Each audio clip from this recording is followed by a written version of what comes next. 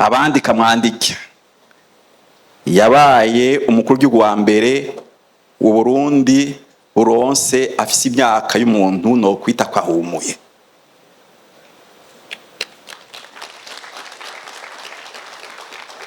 Que vous lisez. Une nation en marche. En marche depuis quand? Et d'abord en marche, pourquoi? Avec qui? Pour aller où? Pour arriver où? Et surtout, sur comment?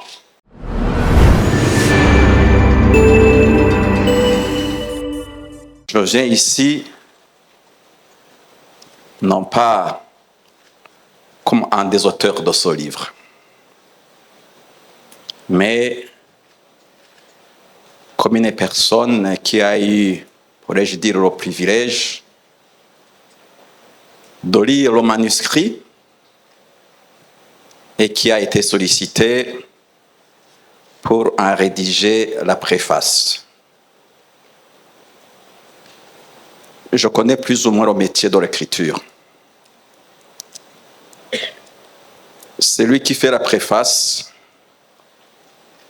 est appelé à présenter le livre, est appelé à faire la plaidoirie pour le livre, est appelé aussi éventuellement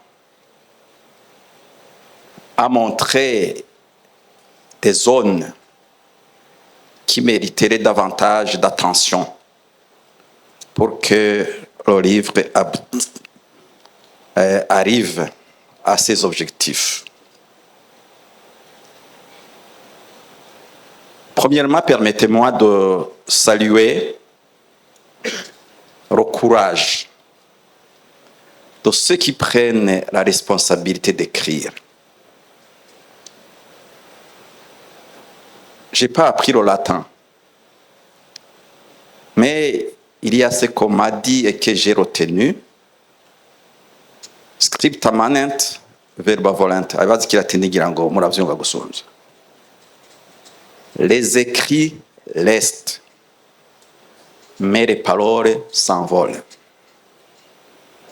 Si donc quelqu'un, notamment aujourd'hui, avec tous les progrès que nous connaissons, prend la responsabilité d'écrire, de publier ce qu'il a écrit, de diffuser ce qu'il a écrit, il faut lire chez lui un courage exceptionnel parce qu'il accepte de se soumettre à l'appréciation, j'allais dire au jugement. Non pas seulement au moment où il publie son livre, mais aussi peut-être après des décennies, voire des siècles. C'est donc, Monsieur l'ambassadeur, un courage qu'il faut saluer chez vous et ceux qui vous ont accompagné dans l'écriture de ce livre.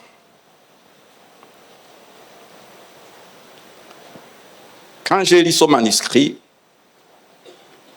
j'ai découvert que ce n'est pas un roman. Ce n'est pas non plus une poésie. Il y a du scientifique,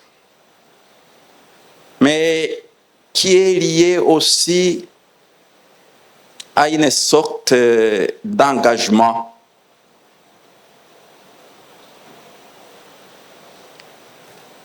Ce n'est pas un témoignage en tant que tel, mais c'est une interprétation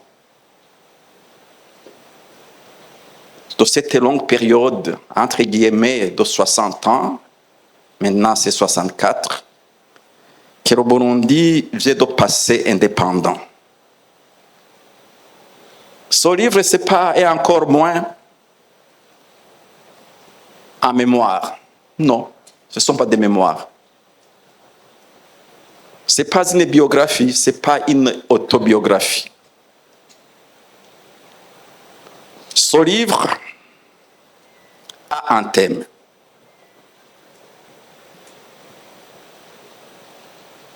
à travers son titre.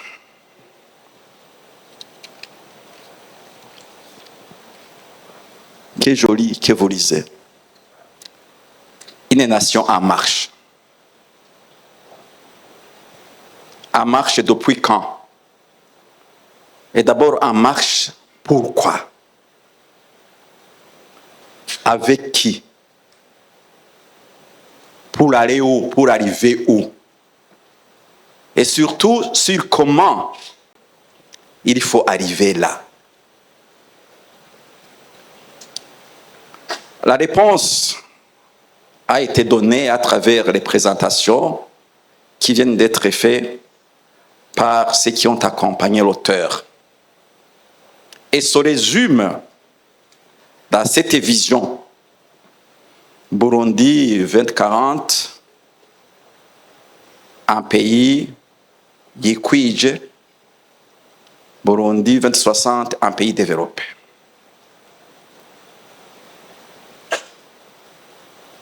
C'est une longue marche qui a des exigences et qui ont été également appelées par les différents intervenants. Quand j'ai l'occasion de parler de cela, chez moi, Sylvestre Ntibantunganya, vous l'avez dit, ancien président de la République,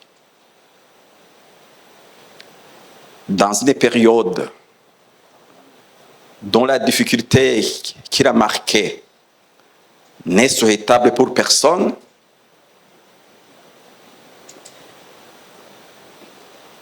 je constate aujourd'hui qu'il y a une obligation pour réussir la vision 2040 et 2060 qui nous concerne tous, de son Excellence, Monsieur le Président de la République, jusqu'au petit commis de l'État, jusqu'au plus simple citoyen. Est-ce que nous réfléchissons? Est-ce que nous nous organisons pour garantir au pays une stabilité politique et institutionnelle qui permettrait justement qu'on arrive à construire le Burundi selon cette vision 2040-2060. Je vous pose la question, vous tous. Je vois de hauts responsables dans divers secteurs de la vie nationale. Est-ce que les élites burundaises aujourd'hui sont prêtes à l'annoncer aux querelles insupportables aujourd'hui qu'on trouve dans les partis politiques, qu'on trouve dans le monde politique, qu'on trouve dans le monde institutionnel, pour permettre justement la réalisation de cette vision 2040-2060. Parce que on ne réussira jamais la lutte contre la corruption si on a des institutions instables. Et l'instabilité, on peut la définir sous plusieurs aspects. On ne pourra pas construire des écoles bien indiquées pour que nos enfants soient bien préparés pour être de bons acteurs pour la réalisation de cette vision 2040-2060 si on est toujours dans les querelles politiques. Que certains prennent le plaisir de cacher. Alors, quels sont aujourd'hui le plus grand obstacle? Vous avez donné des exemples de pays. Singapour, vous avez parlé de l'île Maurice, vous avez parlé, bon, je peux parler de la Corée du Sud, on peut parler de la Chine. Allez vous interroger, ou allez interroger ces pays, comment ils se sont comportés par rapport à cette obligation de stabilité politique et institutionnelle pour réussir leur marche. J'avance. J'ai lu donc dans le manuscrit, parce que je n'ai pas encore terminé de lire le livre tel qu'il est publié aujourd'hui, une sorte d'appel de sensibilisation aux élites burundaises. Parce que ce sont elles qui sont concernées. À mon avis, pour trois valeurs, la fraternité. Quand j'écoute le président de la République, il revient souvent à ce que les Burundais aujourd'hui, de plus en plus, se lisent et se comportent comme des Burundais. Et non comme des ressortissants d'un quelconque groupe, d'une quelconque autre communauté que d'être burundais. Est-ce que réellement les élites burundaises, moi-même y compris, est-ce que réellement cela est dans notre esprit aujourd'hui? Si c'est vrai, et je l'espère bien, cela va favoriser le comportement dans la gestion de ce pays, comme des frères, comme des sœurs, qui ont un bien commun qu'ils partagent. Deuxième valeur, le patriotisme.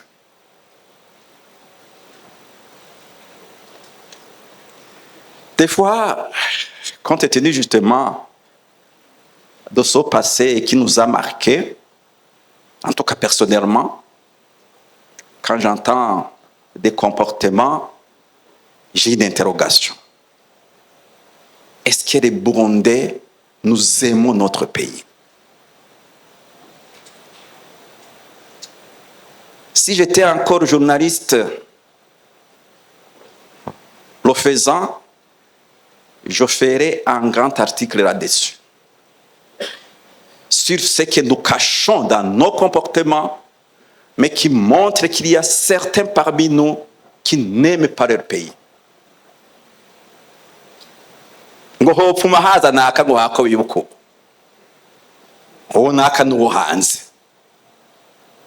Ça, c'est pas du patriotisme.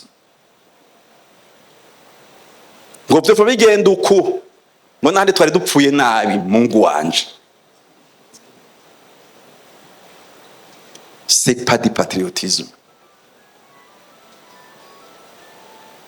Je ne parle pas, M. Rufsiri insiste souvent avec d'autres, de ceux qui dilapident ouvertement ou gèrent de façon criminelle, je dirais, les biens publics. Et les écoles que vous voulez, vous les construire avec quoi? Avec quoi? Je pense donc que d'une certaine manière, ici aussi, il y a une sensibilisation qui nous est donnée en ce qui concerne le patriotisme. Si les deux aspects sont satisfaits, la marche vers un développement économique et social bien partagé sera bien pensée, réalisée et garantie pour tous les Burundais.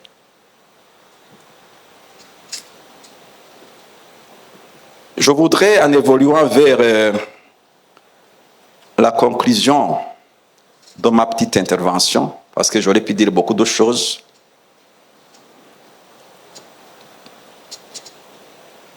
la Pérez Kirwagasore disait, quand son parti venait d'être élu par les Burundais comme le parti de l'indépendance, dans son discours du 20 septembre 1961. Il avait dit, vous nous jugerez à nos actes et votre satisfaction sera notre fierté. Les analystes burundais n'ont pas bien interprété, ou plutôt n'ont pas bien compris cette phrase, qui n'était pas adressée aux Burundais. Elle était adressée aux Belges, qui venaient de remercier il avait même utilisé le terme éduquez-moi la Tourette, éduquer dans son discours. Et il disait, maintenant vous verrez qu'est-ce que vous avez fait à réussir si nous réussissons. Et votre satisfaction fera notre liberté, notre fierté.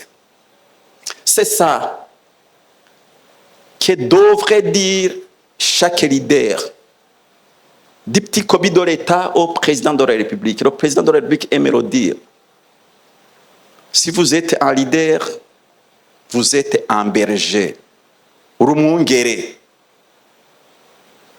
Et je vois que beaucoup parmi nous ici sont des chrétiens, qu'ils soient catholiques, protestants ou à qui je jouais des chrétiens qui utilisaient la Bible. Et dans la Bible, on définit très bien ce que c'est un bon berger. Mu Kirundi, umwungere mwiza yigura intama ziwe. Un bon berger se consacre à ses brebis. Et quand il y en a une qui est perdue, il ne dort pas sans l'avoir retrouvée. Bien sûr, après s'être rassuré que les 99 autres sont bien sécurisés.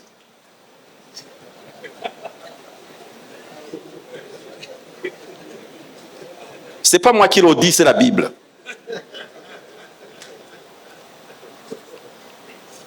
Alors, moi je voudrais, Excellence, Monsieur le Président de la République, inviter tous les leaders burundais ici à se construire comme leader dans ce sens défini par la Bible. Changeons. Je pense que c'est le cri d'alarme de l'ambassadeur Benjamin et de ceux qui l'ont appuyé pour écrire ce livre. Changeons. C'est le professeur qui apparaît de changement de mentalité, c'est vous? Changeons nos mentalités.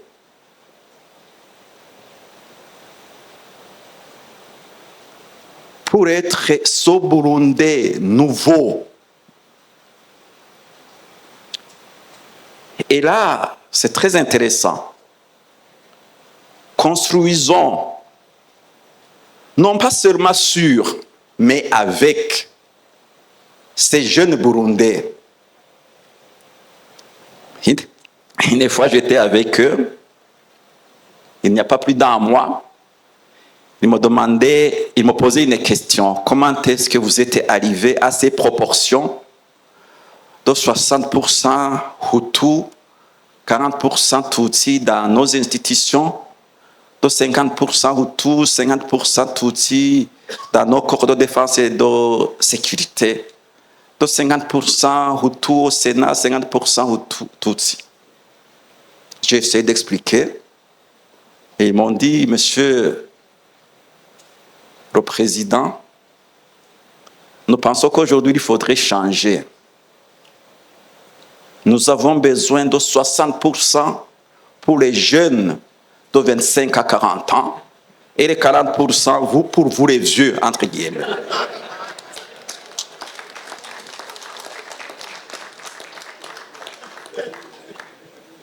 Et peut-être que ça serait plus facile à vérifier. Parce que moi, on m'a dit que je suis Hutu. Qui peut me donner les caractéristiques qui l'aident à bien dire que je suis Hutu? Qu'ils viennent ici. On peut dire que quelqu'un est Tutsi. Qui peut nous donner les caractéristiques administrativement, juridiquement incontestables pour dire que quelqu'un est Hutu et Tutsi? En fait, nous sommes piégés. Mais c'est le passé qui nous a piégés. Et nous devons aujourd'hui, justement, tous ces pièges qui remontent à la colonisation, nous devons les corriger. Nous devons les corriger. Une fois, je discutais avec les gens, je leur disais, si moi, M. Sylvestre Niwanonganya, je peux aller devant des gens parler si aisément, ce n'est pas parce que je suis Hutu-Tutsi. Je me fous de ça, je ne sais même pas comment j'aurais été. Je ne sais pas.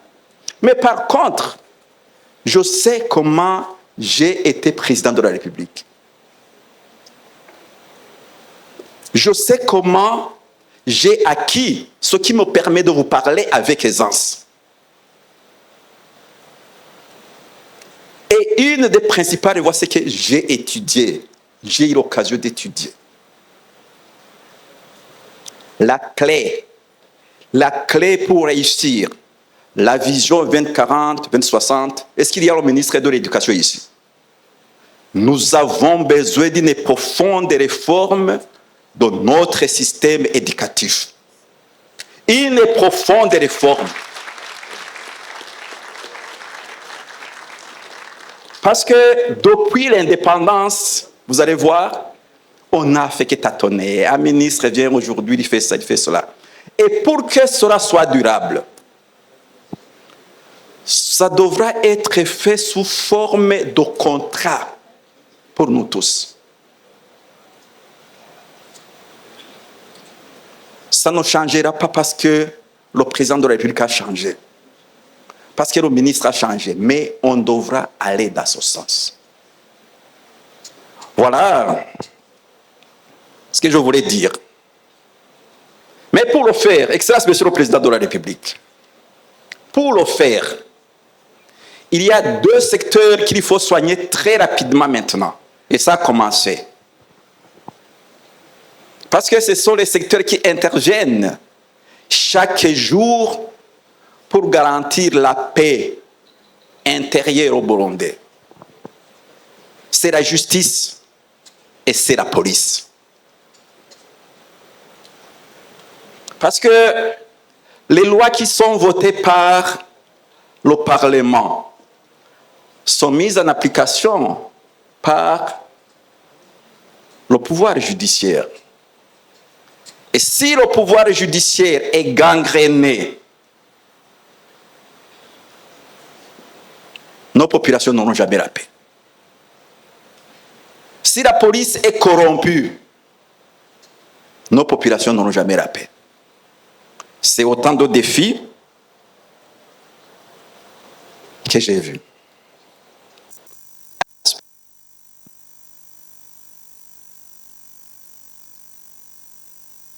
Ils ont parlé d'un personnage. C'est vous, Excellence, Monsieur le Président de la République. Vous êtes l'acteur principal dans ce livre.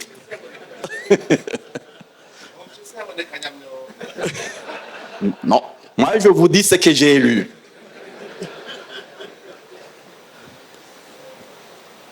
Mais je voudrais vous dire une chose que je lui ai dite une fois. Je pense que ça fait partie aussi de ce qui nous montre qu'on est en train de changer. Je regardais la liste de ceux qui ont dirigé le Burundi depuis l'indépendance jusqu'à aujourd'hui. Mwambutsa est arrivé au pouvoir, il avait 3 ans. Son fils Dizeye est arrivé au pouvoir, il avait 19 ans. Michombero avait 24 ans. Bagaza 30. Bouyoya 1. Aux 2, je n'en parle pas. Vous savez pourquoi?